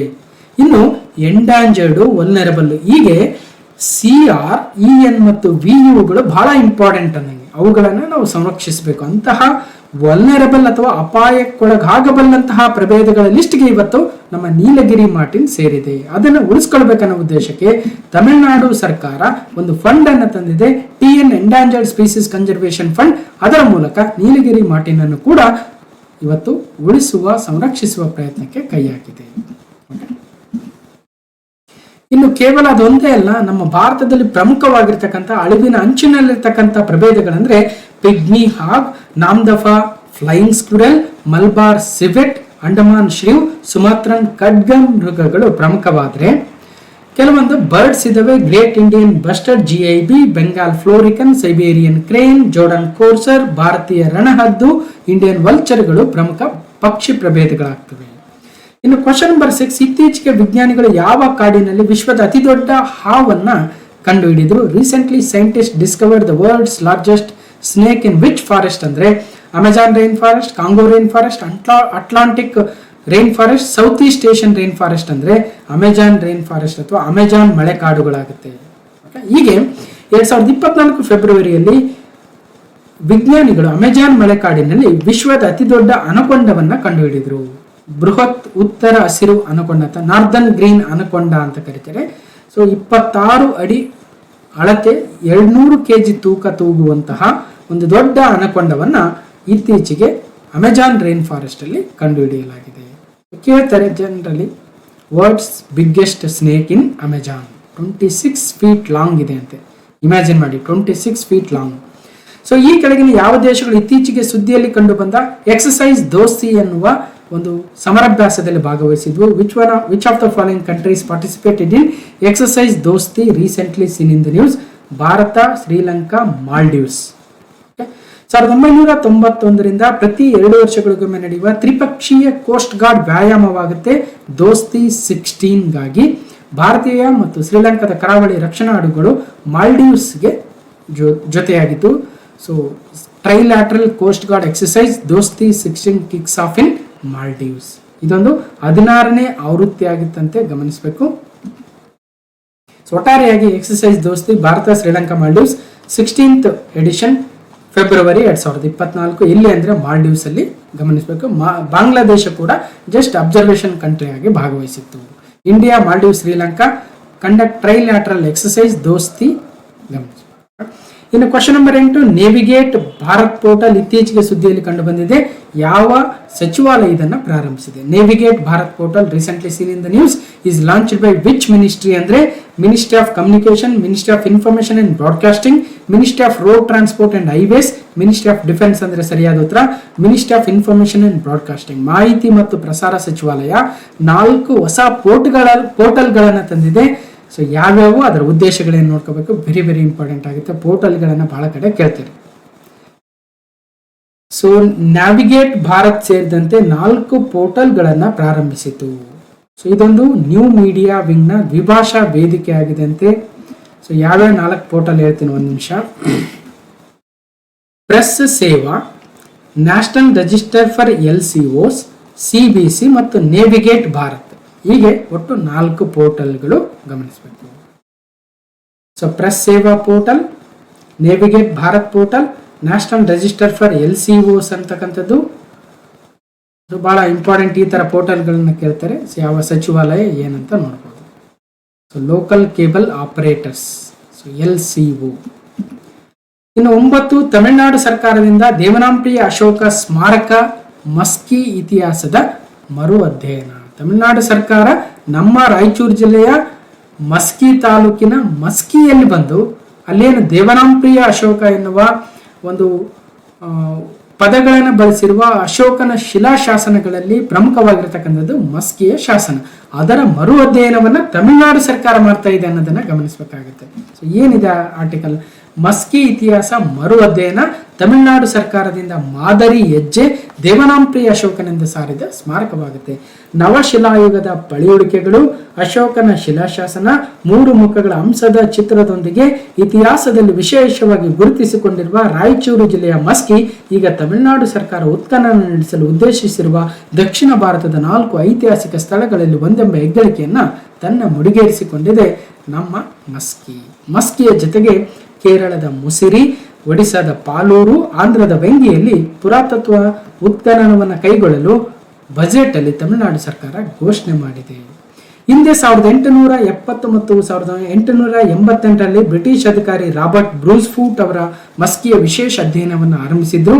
ಗಣಿಗಾರಿಕೆ ಇಂಜಿನಿಯರ್ ಆಗಿದ್ದ C. ಬೇಡನ್ ಅವರು 1915ರಲ್ಲಿ ಅದುವರೆಗೂ ಮರೆಯಾಗಿದ್ದ ಮಸ್ಕಿಯ ಅಶೋಕನ ಶಿಲಾಶಾಸನವನ್ನ ಜಗತ್ತಿಗೆ ಪರಿಚಯಿಸಿದ್ರು C. ಬೇಡನ್ ಅವರು. ಅದಾದ್ಮೇಲೆ ಬೇರೆ ಬೇರೆ ಅಧ್ಯಯನಗಳಂತೂ ಹಾಗೇ ಇದಾವೆ. ಸೊ ನವಶಿಲಾಯುಗ, ಮೆಗಾಲಿಥಿಕ್, ಇತಿಹಾಸದ ಆರಂಭದ ಕಾಲ, ಮಧ್ಯಕಾಲನ 1ರ ಘಟ್ಟದಲ್ಲಿ ಈ ಪ್ರದೇಶದಲ್ಲಿ ಪ್ರಸ್ತಾಪವನ್ನ ಮಾಡಿದರೆ ಅಲ್ಲಿ ಅವಳ ಚಿಪ್ಪುಗಳು, ಇತರ ವಸ್ತುಗಳು ಕೂಡ ದೊರಕಿದವೆ. ಇನ್ನು ದೇಶದಾದ್ಯಂತ ದೊರೆತ ಹಲವು ಶಿಲಾಶಾಸನಗಳಲ್ಲಿ ಮೌರ್ಯ ಸಾಮ್ರಾಜ್ಯದ ಅಶೋಕನ ಶಿಲಾಶಾಸನಗಳು ಎಂಬುದನ್ನು ಮೊಟ್ಟ ಮೊದಲ ಬಾರಿಗೆ ಸಾರಿ ಹೇಳಿದ್ದು ಮಸ್ಕಿಯ ಬಂಡೆಗಲ್ಲಿನ ಶಾಸನ. ದೇವನಾಂಪಿಯಾಸ ಅಶೋಕಾಸ, ದೇವನಾಂಪ್ರಿಯ ಅಶೋಕ ಎಂಬ ಬರಹ ಗಮನ ಸೆಳೆಯುತ್ತದೆ. ಬ್ರಾಹ್ಮಿ ಲಿಪಿಯಲ್ಲಿರುವ ಈ ಶಾಸನ ಅಶೋಕನ ಮೂಲಕ ಬೌದ್ಧ ಧರ್ಮದ ಸಂದೇಶವನ್ನ ಸಾರುತ್ತಿದೆ. ಇಂತಹ ಇತಿಹಾಸವನ್ನು ಹೊಂದಿರತಕ್ಕಂಥ ಮಸ್ಕಿಯ ಶಿಲಾಶಾಸನದ ಮತ್ತಷ್ಟು ಅಧ್ಯಯನವನ್ನು ತಮಿಳುನಾಡು ಸರ್ಕಾರ ಮಾಡ್ತೀವಂತ ಬಜೆಟ್ ಅಲ್ಲಿ ಘೋಷಣೆ ಮಾಡಿದ್ದಾರೆ. ಇದರ ಬಗ್ಗೆ ಕ್ಲಾಸ್ ನಂಬರ್ 167 ಅಲ್ಲಿ ಭಾರತದ ಇತಿಹಾಸ ಅಧ್ಯಾಯ 6ರ ಬಗ್ಗೆ ಮೌರ್ಯರು ಮತ್ತು ಮೌರ್ಯ ಸಾಮ್ರಾಜ್ಯ ಅಂತ ಸೆಪರೇಟ್ ಡಿಸ್ಕಷನ್ ಮಾಡಿದ್ದೆ. ಅಲ್ಲಿ ಅಶೋಕನ ಶಿಲಾಶಾಸನಗಳು ಯಾವ್ಯಾವ ಇದಾವೆ. So class number 167 Telegram channel ಅಲ್ಲಿ ಬೆಳಿಗ್ಗೆ ಹಾಕಿದ್ದೀನಿ, ಹೋಗಿ ನೋಡ್ಬೋದು. ಸೊ ಅಶೋಕನ ಶಿಲಾಶಾಸನಗಳಲ್ಲಿ ಪ್ರಧಾನ ಶಿಲಾಶಾಸನಗಳು ಅಂದ್ರೆ ಮೇಜರ್ ರಾಕ್ ಎಡಿಕ್ಟ್ಸ್ 14 ಇದಾವೆ. ಕಿರಿಯ ಶಿಲಾಶಾಸನಗಳು ಮೈನರ್ ರಾಕ್ ಎಡಿಕ್ಟ್ಸ್, ಸ್ತಂಭ ಶಾಸನಗಳು, ಗುಹಾ ಶಾಸನಗಳು ಅಂತ ಹೀಗೆ ಬೇರೆ ಬೇರೆ ಇದಾವೆ. ಅವು ಎಲ್ಲೆಲ್ಲಿದ್ದಾವೆ ಅಂತ ಕಂಪ್ಲೀಟ್ ಡೀಟೇಲ್ಸ್ ಅನ್ನ ಅಲ್ಲಿ ಕೊಟ್ಟಿದ್ದೀನಿ. ಮತ್ತು ಕರ್ನಾಟಕದಲ್ಲಿ ಎಲ್ಲಿದ್ದಾವೆ ಅಂತ ಬಹಳ ಡೀಟೇಲ್ ಆಗಿ ಸೊ ಅಲ್ಲಿ ಇನ್ಫಾರ್ಮೇಶನ್ ಅನ್ನು ಕೊಟ್ಟಿದ್ದೀನಿ. ನೋಡಿ, ಇದೆ ರಾಯಚೂರು ಜಿಲ್ಲೆಯ ಮಸ್ಕಿ. C. ಬೇಡನ್ ಅವರು 1915ರಲ್ಲಿ ಅಶೋಕನನ್ನ ದೇವನಾಂಪ್ರಿಯ ಅಶೋಕ ಎಂದು ಉಲ್ಲೇಖಿಸಿದ ಮೊದಲ ಶಾಸನವು ಕೂಡ ಗಮನಿಸಬೇಕು. ಇಲ್ಲಿ ಸ್ಟೆಪ್ಸ್ ಇದಾವೆ, ಈಗ ಹತ್ಕೊಂಡು ಹೋಗಿ ಈಗ ನೋಡಿದ್ರೆ ಅಲ್ಲಿ ಶಾಸನವನ್ನ ಕಾಣಬಹುದು. ಅದೇ ರೀತಿಯಾಗಿ ಕೊಪ್ಪಳ ಜಿಲ್ಲೆಯ ಗವಿಮಠ ಮತ್ತು ಪಾಲ್ಕಿಗುಂಡು ಹಾಗೂ ಚಿತ್ರದುರ್ಗ ಜಿಲ್ಲೆಯ ಬ್ರಹ್ಮಗಿರಿ ಅಶೋಕ ಶಿಲಾಶಾಸನ, ಅದೇ ಚಿತ್ರದುರ್ಗ ಜಿಲ್ಲೆಯ ಸಿದ್ದಾಪುರ ಅಶೋಕ ಶಿಲಾಶಾಸನ ಮತ್ತು ಜಟಿಂಗ ರಾಮೇಶ್ವರ ಹಾಗೂ ಬಳ್ಳಾರಿ ಜಿಲ್ಲೆಯ ನಿಟ್ಟೂರು ಅಶೋಕ ಶಿಲಾಶಾಸನ. ಸೊ ನಿಟ್ಟೂರಿಗೆ ನಾನು ಕೂಡ ಭೇಟಿ ಕೊಟ್ಟು ಆ ಶಿಲಾಶಾಸನದ ಹತ್ರ ಹೋಗಿ ನೋಡಿದ್ದೆ. ಸೊ ಮತ್ತೊಂದು ಬಳ್ಳಾರಿ ಜಿಲ್ಲೆಯ ಉಡೇಗೋಳ ಅಂತ ಕರಿತೀವಿ, ಸೊ ನೋಡಬಹುದು. ಸೊ ಮತ್ತೊಂದು ಕಲಬುರಗಿ ಜಿಲ್ಲೆಯ ಸನ್ನತಿ ಅಶೋಕನ ಶಿಲಾಶಾಸನ. ಹೀಗೆ ಬಹಳ ಡೀಟೇಲ್ಸ್ ಕೊಟ್ಟಿದ್ದೀನಿ, ಅಲ್ಲಿ ನೋಡಿ ಎಕ್ಸ್ಟ್ರಾ. ಸೊ ಇನ್ನು ತಮಿಳುನಾಡಿನ ಮುಖ್ಯಮಂತ್ರಿ M. K. ಸ್ಟಾಲಿನ್, ಅಲ್ಲಿನ ರಾಜ್ಯಪಾಲರು R. N. Ravi. Question number 10, ಭಾರತದಲ್ಲಿ ಬಡತನ 5% ಕಡಿಮೆ ಇದೆ. ಕೌಟುಂಬಿಕ ಬಳಕೆ ವೆಚ್ಚ ಸಮೀಕ್ಷೆ ಇತ್ತೀಚೆಗೆ ಬಂದಿತ್ತು, house hold consumption expenditure survey. ಅದರಲ್ಲಿ ಇಡೀ ಭಾರತದಲ್ಲಿ ಬಡತನ ಕೇವಲ 5%ಕ್ಕಿಂತಲೂ ಕಡಿಮೆ ಇದೆ ಅಂತ ಹೇಳ್ತಾ ಇದ್ದಾರೆ. ಸೊ ನೋಡೋಣ ಏನಿದೆ ಡೀಟೇಲ್ಸ್ ಅಂತ. ಇದರಲ್ಲಿ ಒಂದು ವಿಸ್ತೃತ ರೂಪ ಇಂಪಾರ್ಟೆಂಟು. MPCE ಅಂದ್ರೆ monthly per capita consumer expenditure. Monthly per capita consumer expenditure ಅಂದ್ರೆ ಒಂದು ತಿಂಗಳಲ್ಲಿ ಒಬ್ಬರಿಗೆ ಎಷ್ಟು ಖರ್ಚಾಗುತ್ತೆ. ಮತ್ತೊಂದು house hold consumption expenditure survey ಅಂದ್ರೆ ಒಂದು ಫ್ಯಾಮಿಲಿ ಎಷ್ಟು ಖರ್ಚು ಮಾಡುತ್ತೆ ಒಂದು ತಿಂಗಳಿಗೆ ಅಂತ. ನೋಡೋಣ. ಬಡತನ ಮಟ್ಟ 5%ಕ್ಕಿಂತ ಕಡಿಮೆ. ಭಾರತದಲ್ಲಿನ ಬಡತನವು 5%ಕ್ಕಿಂತ ಕಡಿಮೆ ಮಟ್ಟಕ್ಕೆ ಬಂದಿದೆ ಎಂದು ಇತ್ತೀಚಿನ ಕೌಟುಂಬಿಕ ಬಳಕೆ ವೆಚ್ಚ ಸಮೀಕ್ಷೆ HCEC ಅಂದ್ರೆ house hold consumption expenditure survey ಉಲ್ಲೇಖಿಸಿ ನೀತಿ ಆಯೋಗದ CEO BVR ಸುಬ್ರಹ್ಮಣ್ಯಂ ಅವರು ಪ್ರತಿಪಾದಿಸಿದ್ದಾರೆ. ನೋಡ್ರಿ, ನಮ್ಮ ದೇಶದಲ್ಲಿ 5%ಕ್ಕಿಂತ ಕಡಿಮೆ ಇದೆ ಶೇಕಡ. ಓಕೆ, 2011-12 ಹೋಲಿಸಿದರೆ 33.5% ಏರಿಕೆಯನ್ನ ಮಾಸಿಕ ವೆಚ್ಚದಲ್ಲಿ ನಮ್ಮ ನಗರದಲ್ಲಿನ ಕುಟುಂಬಗಳು ಕಂಡುಕೊಂಡಿದ್ದಾವೆ ಅಂತ ಹೇಳ್ತಾ ಇದ್ದಾರೆ. ಗ್ರಾಮೀಣ ಭಾರತದಲ್ಲಿ ಇದು 2008 ರೂಪಾಯಿನಷ್ಟಿದೆ. ಅಂದ್ರೆ ನಗರ ಪ್ರದೇಶದಲ್ಲಿ 3510 ರೂಪಾಯಿ ಒಂದು ತಿಂಗಳಿಗೆ ಖರ್ಚು ಮಾಡಿದ್ರೆ ಗ್ರಾಮೀಣ ಪ್ರದೇಶದಲ್ಲಿ 2008 ರೂಪಾಯಿಗಳನ್ನ ಖರ್ಚು ಮಾಡ್ತಾ ಇದ್ದಾರೆ. ಈ ನಂಬರ್ಗಳು ನಾವು ಖರ್ಚು ಮಾಡೋದಕ್ಕೂ ನೋಡಿದ್ರೆ ಬಹಳ ಅಜಗಜಾಂತರ ವ್ಯತ್ಯಾಸ ಇರುತ್ತೆ. ಅಂದ್ರೆ ಯಾವರೇಜ್ ಔಟ್ ಮಾಡಿದಾಗ ಒಬ್ರು 50,000 ಖರ್ಚು ಮಾಡ್ತಾರೆ, ಇನ್ನೊಬ್ರು 1000 ರೂಪಾಯಿ ಖರ್ಚು ಮಾಡ್ಬೋದು, ಇನ್ನೊಬ್ರು 5,000 ಖರ್ಚು ಮಾಡ್ತಾರೆ. ಅಧ್ಯಯನದ ಪ್ರಕಾರ ಇಲ್ಲಿ ಡೀಟೇಲ್ಸ್ ಅನ್ನ ನಾವು ನೋಡ್ಬೇಕಾಗುತ್ತೆ. ಮತ್ತು ಮನೆ ವೆಚ್ಚ ಬಡವರು ಶ್ರೀಮಂತರ ನಡುವೆ ಭಾರಿ ಅಂತರ ಇದೆ. ಹೌದು, ಶ್ರೀಮಂತರು ಹೆಚ್ಚಿಗೆ ಖರ್ಚು ಮಾಡ್ತಾರೆ, ಬಡವರು ನಾವು ಪಾಪ ಕಡಿಮೆ ಖರ್ಚು ಮಾಡ್ತೀವಿ, ಅದ್ರಾಗ ಏನಿದೆ ಅಲ್ವಾ. ಇನ್ನು ಮಿಡ್ಲ್ ಕ್ಲಾಸ್ ಅವರು ಒಂದು ರೇಂಜಲ್ಲಿ, ಇದೆಲ್ಲ ಇದ್ದಿದ್ದೇ. ದೇಶದಲ್ಲಿನ ವಿವಿಧ ವರ್ಗದ ಜನರು ಪ್ರತಿ ತಿಂಗಳು ಮನೆ ಖರ್ಚಿಗೆಂದು ಮಾಡುವ ವೆಚ್ಚದಲ್ಲಿ ಭಾರಿ ಅಂತರವಿದೆ. ದೇಶದ ಗ್ರಾಮೀಣ ಪ್ರದೇಶದ ಅತ್ಯಂತ ಬಡ ಕುಟುಂಬಗಳು ಪ್ರತಿ ತಿಂಗಳು ಮಾಡುವ ಸರಾಸರಿ ವೆಚ್ಚ 1400 ಆಸುಪಾಸಿನಲ್ಲಿದ್ರೆ, ಆದರೆ ಗ್ರಾಮೀಣ ಪ್ರದೇಶದಲ್ಲಿ ಶ್ರೀಮಂತ ಕುಟುಂಬಗಳು 10,000 ಮಾಡ್ತವೆ ಅಲ್ವಾ. ಇನ್ನು ನಗರ ಪ್ರದೇಶಗಳಲ್ಲಿ 20,000ಕ್ಕಿಂತ ಹೆಚ್ಚಿನ ಪ್ರತಿ ತಿಂಗಳು ಖರ್ಚಿರುತ್ತಂತೆ, ಜನರಲ್ ಆಗಿ ಅವರೇಜ್ ಆಗಿ ತೆಗೆದುಕೊಂಡಾಗ. ಆದರೆ ವಾಸ್ತವ ಸ್ಥಿತಿ ತೋರಿಸಿದ ಸರ್ಕಾರದ ವೆಚ್ಚ ಲೆಕ್ಕಾಚಾರ ಕೊಟ್ಟಿದ್ದಾರೆ. ಪ್ರತಿ ಕುಟುಂಬಗಳು ಪ್ರತಿ ತಿಂಗಳು ಮಾಡುವ ಒಟ್ಟು ಸರಾಸರಿ ವೆಚ್ಚದ ವಿವರವನ್ನ NSSO ಸಮೀಕ್ಷೆ ಒದಗಿಸಿದೆ. ಸಮೀಕ್ಷೆಯಲ್ಲಿ ದೊರೆತ ವೆಚ್ಚ ವಿವರಕ್ಕೂ ಸರಾಸರಿ ರೂಪಕ್ಕೂ ಪರಿವರ್ತಿಸಲಾಗಿದೆ. ಅಂದ್ರೆ ಒಟ್ಟು 7 ಲಕ್ಷ ಜನರನ್ನ ಮಾಹಿತಿಯನ್ನು ಪಡೆದು ಅದನ್ನ ಜನರಲೈಸ್ ಮಾಡಿ ಹೇಳ್ತಾ ಇದ್ದಾರೆ. ಹಾಗಾದ್ರೆ ಅಲ್ಲಿ ಹೇಳ್ತಕ್ಕಂಥ ಒಂದು ಅಂಶವನ್ನು ಇಲ್ಲಿ ಕೋಟ್ ಮಾಡ್ತಾ ಇದ್ದಾರೆ. ನಗರ ಪ್ರದೇಶದಲ್ಲಿ ಪ್ರತಿ ಕುಟುಂಬವು ಮನೆ ಬಾಡಿಗೆಗೆ ಪ್ರತಿ ತಿಂಗಳು ಸರಾಸರಿ 424 ರೂಪಾಯಿ ವೆಚ್ಚ ಮಾಡುತ್ತಂತೆ. ಅಂದ್ರೆ ನಗರ ಪ್ರದೇಶದಲ್ಲಿ ಪ್ರತಿ ಕುಟುಂಬ 424 ರೂಪಾಯಿ ಬಾಡಿಗೆ ಕೊಡ್ತಾರಂತೆ. 424 ರೂಪಾಯಿಗೆ ಬಾಡಿಗೆ ಸಿಗುತ್ತಾ ಎಲ್ಲಾದ್ರೂ ಅಂದ್ರೆ ಸಿಗಲ್ಲ ಅನ್ನೋದು ಗೊತ್ತಿರ್ತಕ್ಕಂಥದ್ದೇ. ಆದ್ರೆ ಆವರೇಜ್ ಔಟ್ ಮಾಡಿ ನಂಬರ್ ಅನ್ನು ಹೇಳಿದ್ದಾರೆ. ಸೊ ಇಲ್ಲೆಲ್ಲ ಹಲವಾರು ಸಾಮಾಜಿಕ ಜಾಲತಾಣಗಳಲ್ಲಿ ಹಲವಾರು ಪ್ರಶ್ನೆಯನ್ನು ಎತ್ತಿದ್ದಾರಂತೆ. ಸೊ ಒಟ್ಟಾರೆಯಾಗಿ ಪ್ರತಿ ಕುಟುಂಬಗಳು ನಗರದಲ್ಲಿ ತಿಂಗಳ ವೆಚ್ಚ ಧಾನ್ಯಕ್ಕೆಷ್ಟು, ಇತರಕ್ಕೆಷ್ಟು ಅಂತ ಇದೆ. So details. ಓಕೆ. 11, ಪಾಕಿಸ್ತಾನಕ್ಕೆ ಇನ್ನು ಮುಂದೆ ರಾವಿ ನದಿಯ ನೀರು ಸಿಗೋದಿಲ್ವಂತೆ. ಕಾರಣ ಭಾರತದ ಶಹಪುರ್ ಕಂಡಿ ಬ್ಯಾರೇಜ್ನ ನಿರ್ಮಾಣ ಪೂರ್ಣಗೊಂಡಿದೆ. Pakistan to no longer receive the Ravi water, construction of India Shahpur Kandi barrage complete. So barrage ನಿರ್ಮಾಣ ಪೂರ್ಣ, ಪಾಕ್ಗೆ ರಾವಿ ನದಿಯ ನೀರು ಸ್ಥಗಿತ. ಶಹಪುರ್ ಕಂಡಿ ಅಂದ್ರೆ ಶ್ರೀನಗರದ ಶಾಹಪುರ್ ಕಂಡಿ ಬ್ಯಾರೇಜ್ ನಿರ್ಮಾಣ ಪೂರ್ಣಗೊಂಡಿದ್ದು, ಈ ಮೂಲಕ ರಾವಿ ನದಿಯಿಂದ ಪಾಕಿಸ್ತಾನ ಅಭಿಮುಖವಾಗಿ ನೀರಿನ ಹರಿವು ತಡೆಯಲಾಗಿದೆ. ಕಠುವಾ ಮತ್ತು ಸಾಂಬಾ ಜಿಲ್ಲೆಗಳಲ್ಲಿ 32,000 ಹೆಕ್ಟೇರ್ ಭೂಮಿ ನೀರಾವರಿ ಪ್ರದೇಶಕ್ಕೆ ಒಳಪಡಲಿದೆ. 1995ರಲ್ಲಿ ಆಗಿನ ಪ್ರಧಾನಿ PV ನರಸಿಂಹರಾವ್ ಅವರು ಶಂಕುಸ್ಥಾಪನೆಯನ್ನ ನೆರವೇರಿಸಿದ್ರು. ಎಲ್ಲಿ 1995, ಎಲ್ಲಿ 2024 ಅಲ್ವಾ. ಸೊ 2018 ಡಿಸೆಂಬರ್ ಅಲ್ಲಿ ಕೇಂದ್ರದ ಸಮ್ಮತಿ ಸಿಕ್ತು. ಅದರ ಮಿಡ್ಲಲ್ಲಿ ಸೊ ಬ್ಯಾರೇಜ್ ನಿರ್ಮಾಣಕ್ಕೆ ಜಮ್ಮು ಕಾಶ್ಮೀರ ಮತ್ತು ಪಂಜಾಬ್ ಸರ್ಕಾರಗಳ ನಡುವೆ ವಿವಾದವೂ ಕೂಡ ಇತ್ತಂತೆ. ಓಕೆ. 1960ರಲ್ಲಿ ಭಾರತ ಪಾಕಿಸ್ತಾನದ ನಡುವೆ ಆಗಿದ್ದ ಇಂಡಸ್ ವಾಟರ್ ಟ್ರೀಟಿ ಅಥವಾ ಜಲ ಒಪ್ಪಂದದ ಪ್ರಕಾರ ರಾವಿ, ಸಟ್ಲೇಜ್, ಬಿಯಾಸ್ ನದಿಗಳ ಮೇಲಿನ ನೀರಿನ ಅರಿವಿನ ಮೇಲೆ ಭಾರತಕ್ಕೆ ವಿಶೇಷ ಹಕ್ಕಿದೆ. ರಾವಿ, ಸಟ್ಲೇಜ್, ಬಿಯಾಸು. ಅದೇ ಇಂಡಸ್, ಜೀಲಂ, ಚೆನಾಬ್ ನದಿಗಳ ಮೇಲೆ ಪಾಕಿಸ್ತಾನಕ್ಕೆ ಹಕ್ಕಿದೆ. ಈ ಒಪ್ಪಂದದ ಅನುಸಾರ ಭಾರತವು ರಾವಿ ನದಿಯ ನೀರಿನ ಪೂರ್ಣ ಸದ್ಬಳಕೆ ಮಾಡಿಕೊಳ್ಳಬಹುದಾಗಿದ್ದು, ಸೊ ರಾವಿ ನದಿಯ ನೀರಿನ ಹಳೆಯ ಲಖನ್ಪುರ ಅಣೆಕಟ್ಟಿನ ಮೂಲಕ ಪಾಕಿಸ್ತಾನ ಅಭಿಮುಖವಾಗಿ ನೀರು ಹರಿದು ಹೋಗ್ತಾ ಇತ್ತು. ಓಕೆ. ಇಲ್ಲಿ 206 ಮೆಗಾವ್ಯಾಟ್ ವಿದ್ಯುತ್ ಉತ್ಪಾದನೆ ಕೂಡ ಆಗಲಿದೆ. ಇದರಿಂದ ಪಂಜಾಬ್ಗೂ ಕೂಡ ಅನುಕೂಲ ಆಗಲಿದೆ. Shahpur Kandi dam project, Ravi river, Srinagar. ಇಲ್ಲಿ ರಾವಿ, ಬಿಯಾಸ್ ಮತ್ತು ಸಟ್ಲೇಜ್ಗಳನ್ನು ನಾವು ಈಸ್ಟರ್ನ್ ರಿವರ್ಸ್ ಅಂತ ಕರಿತೀವಿ. ಈ ನದಿಗಳ ನೀರಿನ ಹರಿವಿನ ಮೇಲೆ ಭಾರತಕ್ಕೆ ಸಂಪೂರ್ಣ ಸ್ವಾತಂತ್ರ್ಯವಿದೆ. ಅದೇ ರೀತಿಯಾಗಿ ಇಂಡಸ್, ಜೇಲಂ ಮತ್ತು ಚೆನಾಬ್ ನದಿಗಳನ್ನು ವೆಸ್ಟರ್ನ್ ರಿವರ್ಸ್ ಅಂತ ಕರೀತಾರೆ. ಇವುಗಳ ಮೇಲೆ ಪಾಕಿಸ್ತಾನಕ್ಕೆ ಕಂಟ್ರೋಲ್ ಇದೆ. 80% ಆಫ್ ದ ವಾಟರ್ ಪಾಕಿಸ್ತಾನಕ್ಕೆ ಮತ್ತು 20% of the water 33 million acre feet MEAF ಅಂತೆ ಒಟ್ಟಾರೆಯಾಗದು ಭಾರತಕ್ಕೆ ನೀಡಲಾಗಿದೆ. So Indus water treaty 1960. So ಮತ್ತೊಮ್ಮೆ ಇಲ್ಲಿ ಇನ್ನೊಂದು ಮ್ಯಾಪ್ ಅಲ್ಲೂ ಕೂಡ ನೋಡಬಹುದು. India stops water to Ravi river after construction of new barrage. Question number 12. ಪಾಕಿಸ್ತಾನದಲ್ಲಿ ಮೈತ್ರಿ ಸರ್ಕಾರಕ್ಕಾಗಿ ಒಪ್ಪಂದಗಳಾಗಿದ್ದಾವೆ. ಶಹಬಾಜ್ ಅವರು ಮತ್ತೊಮ್ಮೆ ಪ್ರಧಾನಿಗಳಾಗಬಹುದು, ಜರ್ದಾರಿ ಅವರು ಅಧ್ಯಕ್ಷರಾಗಬಹುದು. ಸೊ ಯಾವ್ಯಾವ ಪಾರ್ಟಿ? PMLN ಮತ್ತು NPP. ಓಕೆ. ಸೊ ಪಾಕಿಸ್ತಾನದಲ್ಲಿ ಮೈತ್ರಿ ಸರ್ಕಾರ, ಶಹಬಾಜ್ ಪ್ರಧಾನಿ, ಜರ್ದಾರಿ ಅಧ್ಯಕ್ಷ. ಇನ್ನು ಅನೌನ್ಸ್ ಆಗಿಲ್ಲ, ಒಪ್ಪಂದಗಳಂತೂ ಆಗ್ತಾ ಇದ್ದಾವೆ. ಮಾಜಿ ಪ್ರಧಾನಿ ನವಾಜ್ ಶರೀಫ್ ಅವರ PMLN ಪಕ್ಷದ ಅವರ ಸಹೋದರ ಶಹಬಾಜ್ ಶರೀಫ್ ಅವರು ಪ್ರಧಾನಿ ಆಗ್ತಾರೆ ಮತ್ತು ಮಾಜಿ ವಿದೇಶಾಂಗ ಸಚಿವ ಬಿಲಾವಲ್ ಭುಟ್ಟೋರವರ ಪಕ್ಷದ ಅವರು ಜರ್ದಾರಿರವರು ಅಧ್ಯಕ್ಷರಾಗ್ತಾರೆ. ಹೀಗಾಗಿ PPP ನಡುವೆ ಮತ್ತು PMLN ನಡುವೆ ಅಲ್ಲಿ ಅಧಿಕಾರದ ಮೈತ್ರಿ ಕೂಡ ಆಗ್ತಾ ಇದೆ. So Pakistan People's party Bilawal Bhutto ಅವರದು. ಓಕೆ. ಅದೇ ರೀತಿಯಾಗಿ ಪಾಕಿಸ್ತಾನ್ ಮುಸ್ಲಿಂ ಲೀಗ್ ನವಾಜ್ ಶರೀಫ್ ಅವ್ರದ್ದು ಗಮನಿಸಬೇಕು.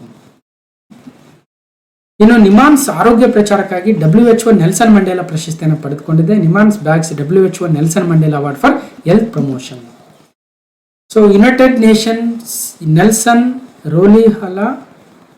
ರೋಲಿಹಾ ಮಂಡೇಲಾ ಪ್ರೈಸ್ ಅಂತೆ. ಸ್ವಲ್ಪ ಕಷ್ಟ ಇದೆ, ಏನಿದು ರೋಲಿ ಇರ್ಲಿ ಬಿಡಪ್ಪ, ಇದು ಬೇಡವಾ.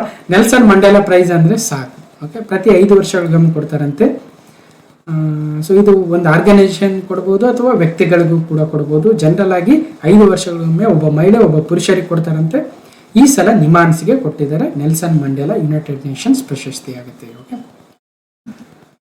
WHO Nelson Mandela award for NIMHANS, ಬೆಂಗಳೂರಿನ ನಿಮಾನ್ಸ್ಗೆ ಈ ಒಂದು ಅವಾರ್ಡ್ ಬಂದಿದೆ. So because of A health promotion, ಆರೋಗ್ಯದ ಪ್ರಚಾರಕ್ಕಾಗಿ ಈ ಒಂದು ಪ್ರಶಸ್ತಿ. Question number 14. ಸ್ವಾತಿ ಸರ್ಕಾರವು ವಿಜ್ಞಾನ, ತಂತ್ರಜ್ಞಾನ, ಇಂಜಿನಿಯರಿಂಗ್, ಗಣಿತಶಾಸ್ತ್ರದಲ್ಲಿ ಬಾಲಕಿಯರಿಗಾಗಿ, ಹುಡುಗಿಯರಿಗಾಗಿ ಪೋರ್ಟಲ್ ಅನ್ನು ಪ್ರಾರಂಭಿಸಿದೆ. ಸ್ವಾತಿ ಅಂತಕ್ಕಂಥ portal government launches portal for girls in science, technology, engineering and mathematics. So launch of ಸ್ವಾತಿ science for women, technology and innovation portal ಅಂತ. ಪೋರ್ಟಲ್ನ ಹೆಸರು ನೆನ್ಪಿಡಿ. ಯಾವ ಸಂದರ್ಭದಲ್ಲಿ ಅಂದರೆ ಸೊ ಒಂದು ನಿಮಿಷ, international day of women and girls in science ಅಂತ ಫೆಬ್ರವರಿ 11 ಆಚರಣೆ ಮಾಡ್ತೀವಿ. ಡೇಸ್ ಅಂಡ್ ಥೀಮ್ಸ್ ಅಲ್ಲಿ ಹೇಳ್ತೀನಿ. ಆ ಸಂದರ್ಭದಲ್ಲಿ ಒಂದು ಪೋರ್ಟಲ್ನ ಲಾಂಚ್ ಮಾಡಿದ್ದಾರೆ. ಸ್ವಾತಿ ಅಂದರೆ S ಅಂದರೆ ಸೈನ್ಸ್, W ಅಂದರೆ ವಿಮೆನ್, A ಅಂದರೆ ಟೆಕ್ನಾಲಜಿ, T ಅಂದರೆ I ಅಂದರೆ innovation. A technology innovation portal ಸ್ವಾತಿ. ಸೊ ಸ್ವಾತಿ government launches portal for girls in science and technology, engineering and mathematics and medicine ಆಗುತ್ತೆ. ಸೊ ಇದನ್ನ ನಮ್ಮ principal scientific adviser to government of India ಏನಿದ್ದಾರೆ ಪ್ರೊಫೆಸರ್ ಅಜಯ್ ಕುಮಾರ್ ಸೂದ್ ಅವರು ಲಾಂಚ್ ಮಾಡಿದ್ದಾರೆ. ಇನ್ನು ಕ್ವಶನ್ ನಂಬರ್ 15. ಇತ್ತೀಚೆಗೆ ಸುದ್ದಿಯಲ್ಲಿ ಕಂಡು ಬಂದ ದಕ್ಷಿಣ ಭಾರತ ಸಾಂಸ್ಕೃತಿಕ ಕೇಂದ್ರವನ್ನು ಭಾರತದ ಯಾವ ನಗರದಲ್ಲಿ ಸ್ಥಾಪಿಸಲಾಗಿದೆ? ದಕ್ಷಿಣ ಭಾರತ ಸಾಂಸ್ಕೃತಿಕ ಕೇಂದ್ರ ಎಲ್ಲಿ ಅಂದ್ರೆ ಹೈದರಾಬಾದ್ ಅಲ್ಲಿ. ಸೊ ಇದನ್ನ ಕೇಂದ್ರದ ಮಾಜಿ ಉಪರಾಷ್ಟ್ರಪತಿಗಳು ನಮ್ಮ ವೆಂಕಯ್ಯ ನಾಯ್ಡುರವರು, ಅದೇ ತರ ಕೇಂದ್ರದ ಸಂಸ್ಕೃತಿ ಸಚಿವರು G ಕಿಶನ್ ರೆಡ್ಡಿ ರವರು ಉದ್ಘಾಟನೆಯನ್ನ ಮಾಡಿದರು. ಇದು ಸಂಗೀತ ನಾಟಕ ಅಕಾಡೆಮಿ, ಸಂಗೀತ, ನೃತ್ಯ ಮತ್ತು ನಾಟಕಕ್ಕಾಗಿ ಭಾರತದ ರಾಷ್ಟ್ರೀಯ ಅಕಾಡೆಮಿ ಏನಿದೆ ಅಲ್ವಾ ಅಲ್ಲಿ ಸ್ಥಾಪನೆಯನ್ನು ಮಾಡಲಾಗಿದೆ. ಸೊ ಸಂಗೀತ ನಾಟಕ ಅಕಾಡೆಮಿ ದಕ್ಷಿಣ ಭಾರತ ಸಾಂಸ್ಕೃತಿಕ ಕೇಂದ್ರ ಹೈದರಾಬಾದ್ ಆಗುತ್ತೆ. ಉದ್ಘಾಟನೆ ವೆಂಕಯ್ಯ ನಾಯ್ಡು ಮತ್ತು G ಕಿಶನ್ ರೆಡ್ಡಿ ರವರು. ಎಲ್ಲಿ ಅಂದ್ರೆ Hyderabad. So former VP Venkaiah Naidu lays foundation stone for ದಕ್ಷಿಣ ಭಾರತ ಸಾಂಸ್ಕೃತಿಕ ಕೇಂದ್ರ. ಸೊ ಇಷ್ಟು 2024 ಪಾರ್ಟ್ 8 ಕರೆಂಟ್ ಅಫೇರ್ಸ್ ಅಥವಾ ಪ್ರಚಲಿತ ಘಟನೆಗಳಾಗಿತ್ತು. ಸೊ ಹೇಗೆ ಅನಿಸ್ತು ಅಂತ ಕಮೆಂಟ್ ಮೂಲಕ ತಿಳಿಸಿ ಮತ್ತು ಈ ವಿಡಿಯೋಗೆ ಒಂದು ಲೈಕ್ ಮಾಡಿ, ಶೇರ್ ಮಾಡಿ, ಸಬ್ಸ್ಕ್ರೈಬ್ ಮಾಡಿ. ಜೊತೆಗೆ ಸೂಪರ್ ಥ್ಯಾಂಕ್ಸ್ ಅಮರ್ ಸರ್ ಮತ್ತು ಅಮರ್ಸ್ KS ಕ್ಲಾಸಸ್ಗೆ ಜಾಯ್ನ್ ಆಗೋ ಮೂಲಕ ಸೊ ಮತ್ತಷ್ಟು ಮಾಹಿತಿಯನ್ನು ಪಡ್ಕೊಳ್ಬಹುದು ಅಂತ ಹೇಳ್ತಾ ಈ ವಿಡಿಯೋನ ಕಂಪ್ಲೀಟ್ ಆಗಿ ನೋಡಿರ್ತಕ್ಕಂಥ ಎಲ್ರಿಗೂ ಧನ್ಯವಾದಗಳು. ಮತ್ತೆ ಮುಂದಿನ ವಿಡಿಯೋದಲ್ಲಿ ಸಿಗ್ತೀನಿ ಅಂತ ಹೇಳ್ತಾ ಥ್ಯಾಂಕ್ ಯು.